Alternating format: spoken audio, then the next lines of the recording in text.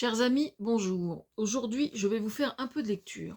Je vais vous lire un chapitre de mon livre « La poule aux œufs ne dort que d'un œil ». La poule en question, c'est moi. Une certaine prédisposition familiale. Aujourd'hui, en effet, assez rares, je crois, sont les agriculteurs dont les enfants peuvent raconter des souvenirs de cet ordre et comparables aux miens sur ce point. Il fut un temps où, dans chaque ferme, la diversité des animaux qui étaient élevés garantissait aux genoux en question d'être au contact de toutes les peluches vivantes, à plumes, à poils, et pas nécessairement cou nus, qui beuglaient, caquetaient, piaillaient, canardaient, qui criaient aussi quelquefois. C'est depuis les années 1960-70 que les gouvernements successifs ont voulu industrialiser l'agriculture et que cette dernière a vu réduire comme une peau de chagrin le principe le plus élémentaire quand on cultive la terre et qu'on élève des animaux, à savoir être le plus autarcique possible et je dirais même appliquer de façon instinctive le fameux dicton « ne pas mettre tous ses œufs dans le même panier ». On a voulu considérer l'agriculture comme une industrie semblable aux autres, ce qu'elle ne devrait jamais être. Si en France on reconnaît malgré tout cela, en tout cas c'est ce qu'on essaie de nous faire entrer dans les consciences, au sein même des familles qui sont dans le milieu agricole.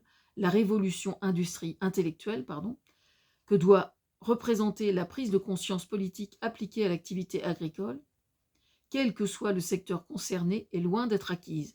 Quand on constate que ce milieu est représenté par un syndicat infiniment plus soucieux d'observer le poids de l'agriculture française dans la balance commerciale que de se préoccuper de savoir si les premiers concernés, ceux qui sont sur les planchers des vaches, parviennent à en vivre et surtout dans quelles conditions.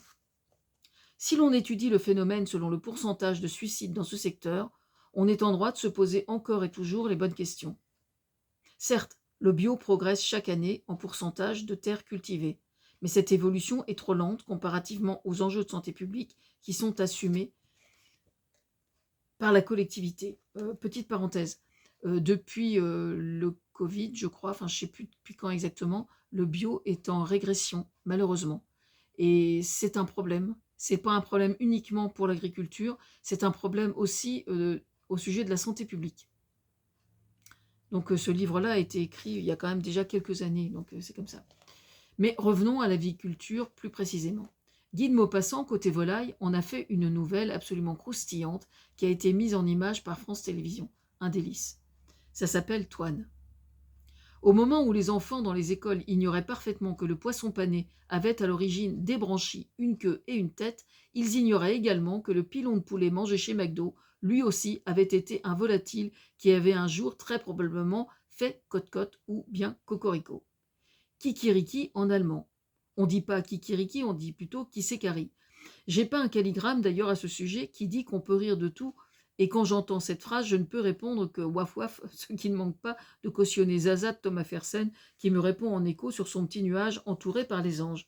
Ou alors vous avez coca-doodle-doo en anglais, ou bien doodle en anglais signifie griffonnage. C'était donc ça.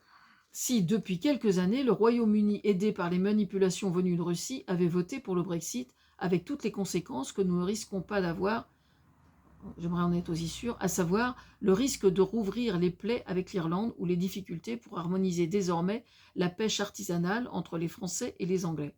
En somme, le chant du coq outre-Manche exprimerait un griffonnage politique qui s'est traduit par le Brexit. Certes, on me dira que j'ai une perception du chant du gallinacé quelque peu capillotractée, mais enfin soyons clairs.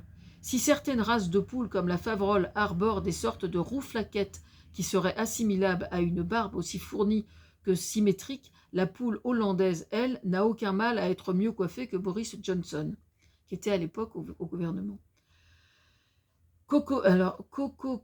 Kokogog et Kekele en breton. Bon, là, considérant le fait que Thomas Fersen est un breton d'adoption, je vais faire profil bas parce que je risque de me prendre un menhir au travers de la tronche. Je suis une assez belle femme, j'en conviens, et je serais donc fortement fâchée d'observer qu'on abîme un faciès aussi joli que le mien. Thomas Fersen, tiens justement, parlons-en. On ne sait pas d'où viendrait sa fascination pour les coqs. Quoique j'ai bien une petite idée. À force de le baratiner avec mes histoires de poules et de coqs de toutes les façons possibles et imaginables, c'était inévitable. Plusieurs hypothèses peuvent être évoquées. La première découle de la fascination qu'il éprouve pour les costumes. Chez les oiseaux, les mâles ont un plumage généralement plus attractif que celui des femelles. Normal, nous les femmes sommes attachées à l'être, là où eux, pauvres d'eux-mêmes, se contentent de l'apparence. La seconde hypothèse pourrait venir de la similitude qui existe entre le positionnement du coq sur son juqueux et les poules aux étages inférieurs. Lui, comme un chanteur ou un artiste, se trouve sur une scène davantage en hauteur que ne l'est le public, non pas par désir d'écrasement ou de domination du premier vis-à-vis du second, mais simplement pour être vu par l'ensemble du public. Néanmoins, la similitude est notable. La troisième hypothèse, que beaucoup ignorent, réside dans le fait qu'il fut un temps, avant qu'il n'ait consacré son art véritablement à l'écriture de chansons, où il arborait sur le sommet de son crâne, enfin paraît-il, une superbe crête façon Iroquois.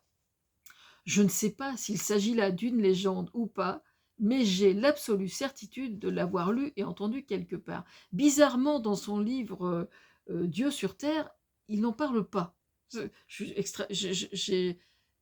C'est dommage. C'est dommage.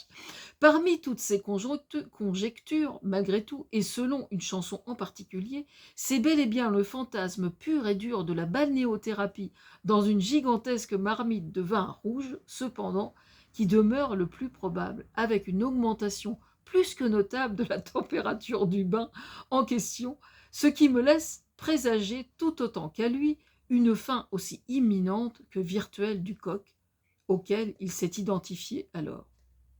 La chanson dont il est question s'appelle « Un coup de queue de vache ». Et oui, la vache normande, devinez donc qui ça peut bien être. Soyez sans crainte, j'ai fourni le thym, le laurier, le sel, le poivre, la marinade, afin que la balnéo en question soit à la hauteur de son fantasme. Mais revenons-en à l'agriculture et à son évolution dans notre histoire récente. Pour pallier cet inconvénient, certains amoureux de la nature ou nostalgiques des temps anciens eurent l'idée de créer ce qu'on appelle des fermes pédagogiques. C'était mieux avant. Mais on voyait alors le monde rural descendu au rang de cartes postales et dont l'odeur de la naphtaline était à peu près aussi prégnante que l'odeur d'une vache quand elle vient de chier à l'heure de la traite. Je me découvre médisante sur le sujet, car il est bien évident qu'un rural qui a la chance d'avoir du terrain peut effectivement donner à voir les animaux de la ferme sans pour autant être passéiste à outrance. Mais c'est qu'il m'arrive, je le concède, d'être d'une mauvaise foi à cause de certains dont l'arbre généalogique justement serait à même de témoigner de leurs origines agricoles et qui ne conçoivent plus cette activité que comme une industrie, alors que ce sont les néo-ruraux qui, eux, vont apprendre bientôt aux citadins que les poules n'ont pas de dents, à moins qu'elles n'en aient une contre quelqu'un, et qu'un cheval n'a pas de rayures, sauf si c'est un zèbre. Toujours est-il que mes parents agriculteurs n'ont jamais été très coopérants avec un gouvernement qui, à l'époque, les manipulait les paysans à grands coups de subventions, c'était comme ça.